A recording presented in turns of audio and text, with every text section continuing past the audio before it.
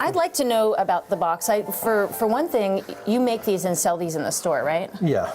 How long does it take you to make one of those? Well, it depends. It's almost like making drums. There's a procedure in harvesting the lumber, as you would finding material for your drum. It doesn't all come together in one day because you have to plane your lumber to the size you want, thickness, and you have to mathematically figure out the size you're going to make with the box. Then you have to kerf it, and kerfing means the little kerfs you put in there, because this box, if it's a foot square, it'll take 4 feet of lineal feet of lumber to make a 1 foot square box, because this particular board is one board. Oh wow! And it interlocks in one place, which would be here. And this particular joint would be put together with spruce root. And I don't know what they used years ago for gluing it, maybe some sap or whatever, but they used spruce root to keep it so that it would actually hold water. Okay. And the more elegant ones, now this one here is just the start of it. It's going to have 3 colors, and it'll all be relief carved like this here in all these areas. And every place that's relief carved will be blue.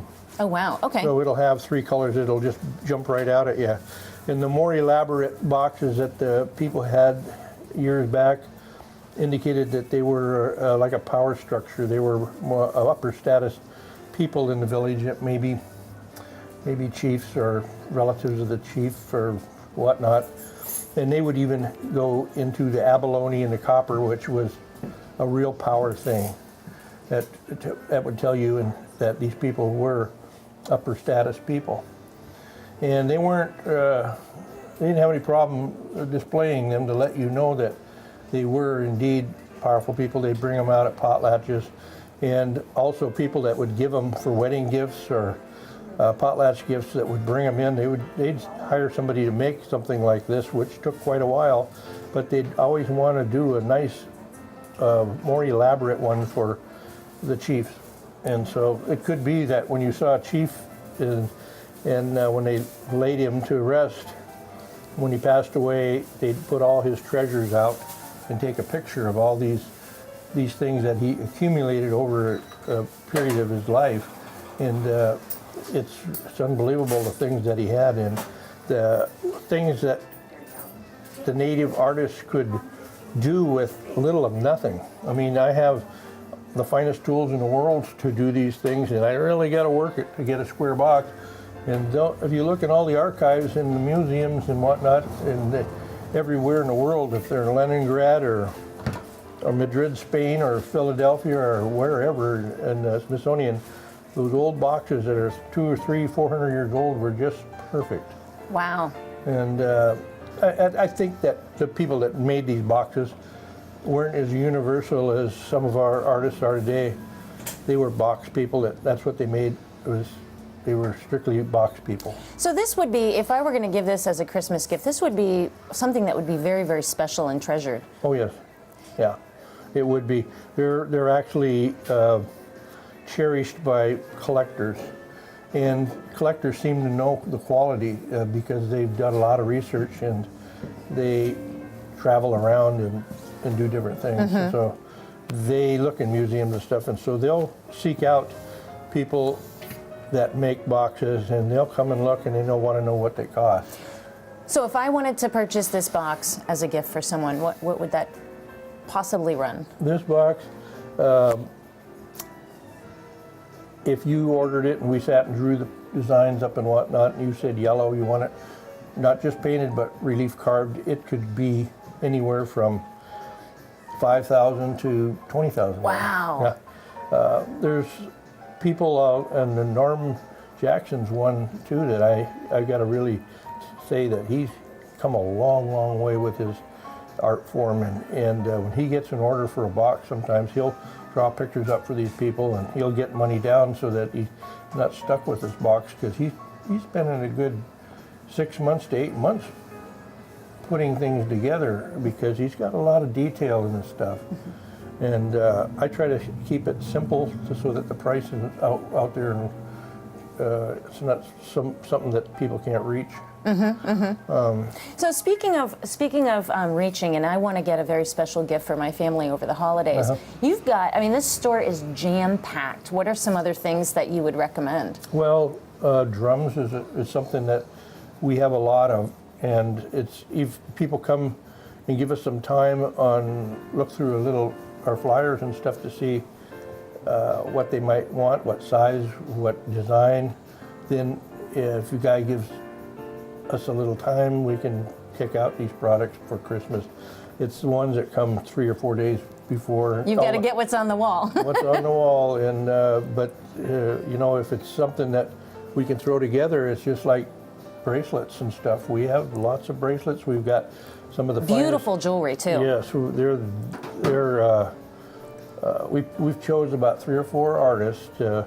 Warren Peel from Heidelberg, Gene Chilton from Juneau, Billy Bernard from Haida and I got Owen Walker out of Bellingham, and I still have a couple other people that dabble in it too, but I need to look at it before I purchase it because we want quality. You know, we want some really nice stuff that you're not embarrassed to say it's all silver. You know, it's got to be art. Right, gotcha. And you also have a number of prints and stuff that you've done. Right, all the prints that are on the wall up here are my prints, and we start out with draw something that I like, and I mean, even if it's real busy, it's still workable, but it just will magnify problems when you're printing. But it still works if you can put that pattern on when you're printing it. And we silk screen our stuff. We don't send it out in litho. We do it right here in this building. And so I've got to ask, because there's so many prints on the wall. Do you have a favorite, a personal favorite? I do. I like the Eagle of the North, the top one. I played with it a long time, and it. I'm real happy with the way it came out, but for some reason, you know, I wasn't alone. If I told you the amount percentage-wise that I sell up there, it probably outsold the second one 10 to 1. Really? Yeah, I think the Eagle is something that that and the Ravens are kind of attracted to. And it's a different shape, it's elongated, it's not just a square print that a lot of people are accustomed to buying as a square, or maybe a little on the rectangular side. But this one is long and it goes over fireplaces and stuff really well. And how much does that run? It runs about $80. Oh, that's so reasonable. Yeah, and I roll them up and tube them for free and cap them and put a bio in there myself, and they take them home and they can frame them wherever they live. Probably more reasonable here, but the gal that frames them for me here, Colleen, does an exceptionally good job. And I get a lot of comments from people from Lower 38. They want to buy one frame, and I tell them it's not what I want to do. For one reason, I need it for a demo, and also you'd have to pack that thing through customs on airplanes, and exactly. It's heavy, clumsy, and it's not something you want to ship either. So tell me about some stocking stuffers, because like I said, this place is jam-packed. Right. We have mini cards of the bigger prints that we sell. We also can put together some of the prints that we have in frames that are real inexpensive frames that I purchased that I put together, and they're very reasonable. We've got little totems that Frank Nut Kong makes. We've got dream catchers that are sent in from some of the native people. They're not something that we are accustomed to here, but they are something that people like because they're a connection with spirits in the native people.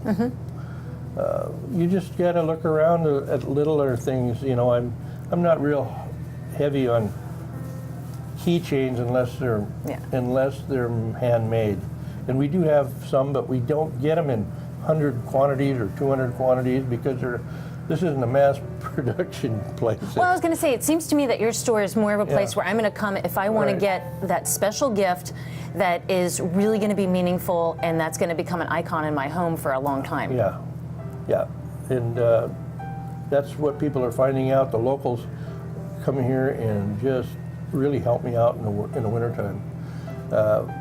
And it's important for me to target people for 2 months to Christmas because it's pretty dead for a couple months, and they seem to know this is just like you said. They need a one-of-a-kind item, and they're going to look around. And I'm not saying that these boxes are inexpensive, but I do have smaller ones. Mm-hmm. I have smaller ones that if they're just painted and small in the 6-inch, 7-inch range, they're a whole lot more reasonable. And I do sell a lot of those all through the year. Excellent. Thank you so much. You bet.